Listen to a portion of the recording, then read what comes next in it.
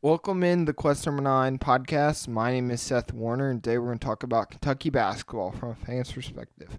On this episode, we're going to be talking about Kentucky's 95-64 win at home on senior night versus LSU, where Kentucky, particularly in the first half, was really locked down on defense, only allowing 23 points. LSU scored the first basket of the game, but after that, Kentucky really was able to control the pace of the game, shooting off 15 points in a row after that to take the lead and never looked back, being up as many as 27 at halftime and being up in the mid-30s in the second half. For Kentucky, it was big because it was senior night.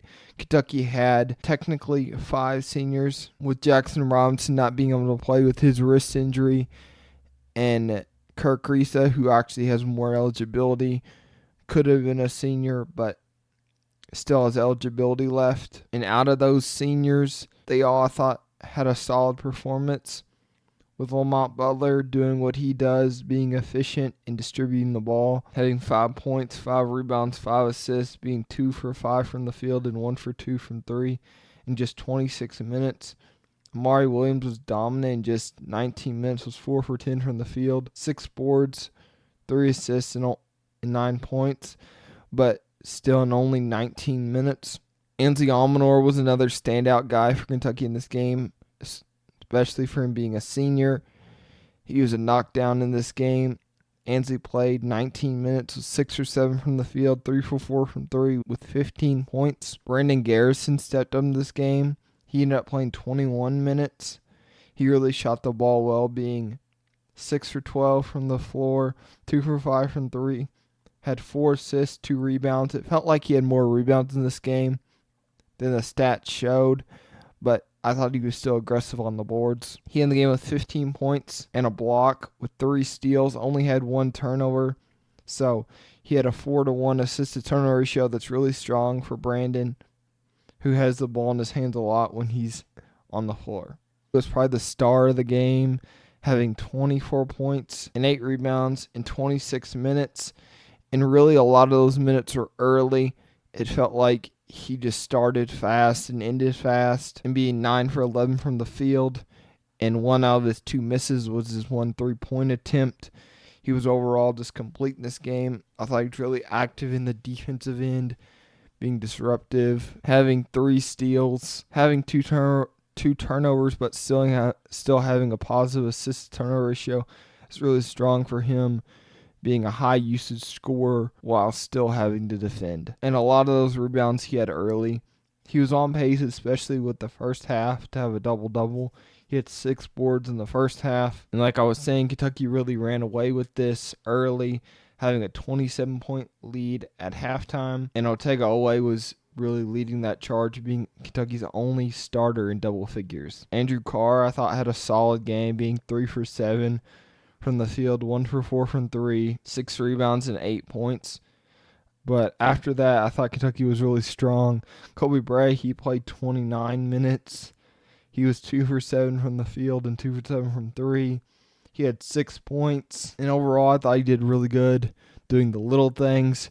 LSU's not the most talented team in the SEC, but it's still really strong. Coming into conference play, they had only lost 1 game for the Tigers, and Kentucky was able to just really dominate this game from the beginning to end, outside that 1 bucket they gave up early. Kentucky was able to get to that attempts mark from 3, shooting 32 threes, making 12 of those, and a lot of those makes being spread out, with Colin Chandler, who's another standout in this game, making 3, Garrison making 2, Ansley making 3, Kobe Brea making 2, Butler making 1, and Carr making 1. And with Kentucky in the past game against Auburn, it was really good to see some of our bench production pick up a little bit, because in the past games we really struggled with that. And like I was saying, it was senior night for the Wildcats, so it was really a send-off for all these seniors, and we were able to really get a comfortable lead and felt like we were in control from the beginning and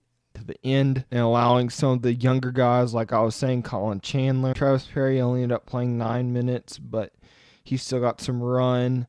Trent Noah played 13 minutes. So some of these other guys, especially Chandler, who played well, was able to get a lot of run, and it was Chandler's first double-digit game.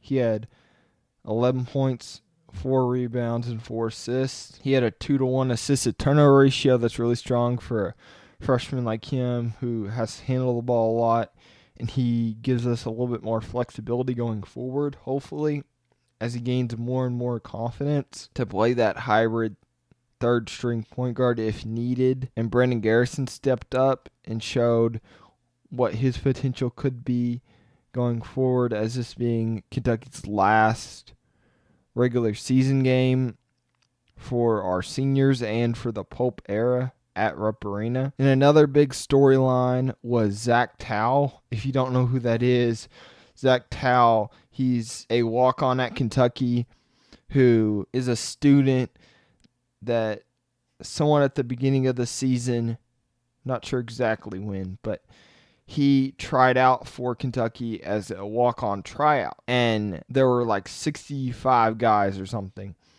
that he tried out with. And he ended up making the team, getting all the way down and ended up making the team. And he was on a 1-day contract every day. So that meant he had to earn every single day to keep his spot on the team. And he didn't have a jersey. He was just over there in sweats on the sideline for the game. And for Kentucky, every game they have a different player who gives the pregame speech. And actually, before this game, a senior night, was Lamont Butler. And Lamont talked about all the things he was frustrated about like not getting the performance they wanted last game and some of the other frustrations that they had. Then he said, the one thing I'm really frustrated about is Zach not having a jersey. And he said, Zach, go get your jersey. And they gave Zach a jersey, and they were all happy with that, but he ended up playing. There was a foul at the very end of the game with like 0.3 seconds left.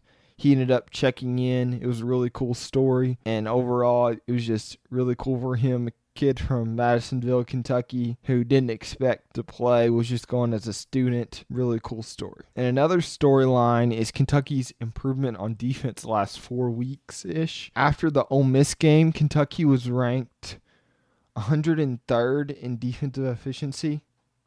112th in defensive efficiency. And Kentucky today was able to climb all the way up to 58th in adjusted defense. And since that Ole Miss game, Kentucky's been ranked 16th best nationally in defensive adjusted efficiency. And Kentucky's went 5-3 in that span.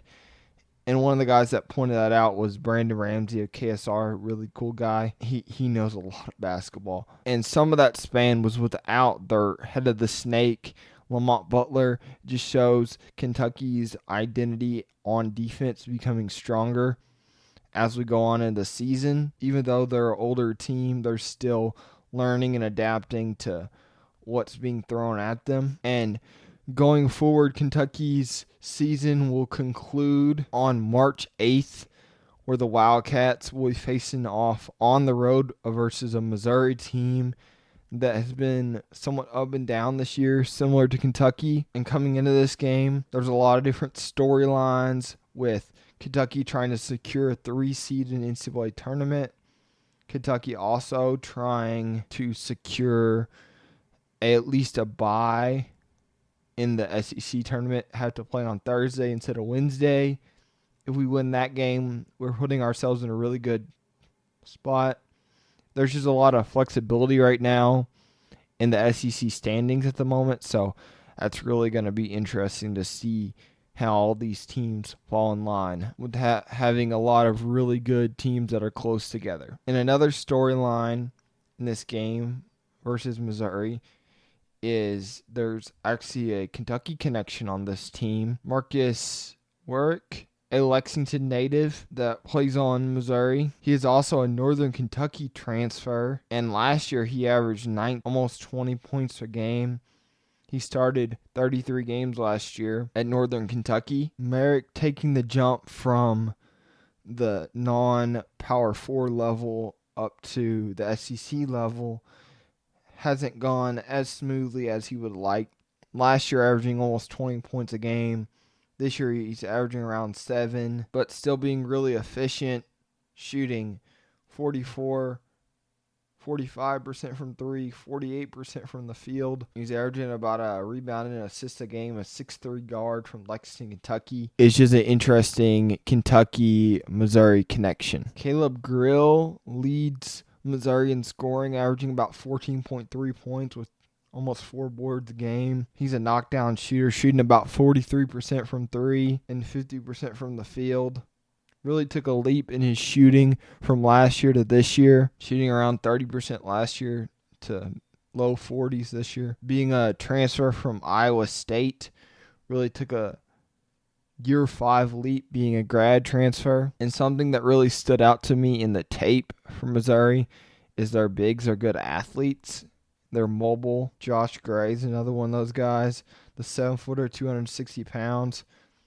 Good rebounder, averaging about 5 boards a game, 3 points. As a team, not a particularly good rebounding team, only averaging about 34 rebounds a game. Anthony Robinson leads the team in assists and steals, averaging around almost 4 assists a game with 2 steals a game. And this is a really physical Missouri team at the point of attack, who, when they beat Alabama, forced a lot of turnovers by the Crimson Tide, allowing a lot of easy buckets. And that was part of the reason that was a double-digit loss for the Tide. But Missouri isn't a slouch when it comes offensively. They're averaging about 85 points a game. And that's all from the Quest Number 9 podcast. My name is Seth Warner. You can, if you like this content, please like and subscribe. And you can also find me, if you like this work, I write articles at questnumber9.com. And you can also find us at Quest Number 9 on Instagram and Twitter, AKX. And if you're listening to us, please download this episode and leave us a review. And I will see you next time.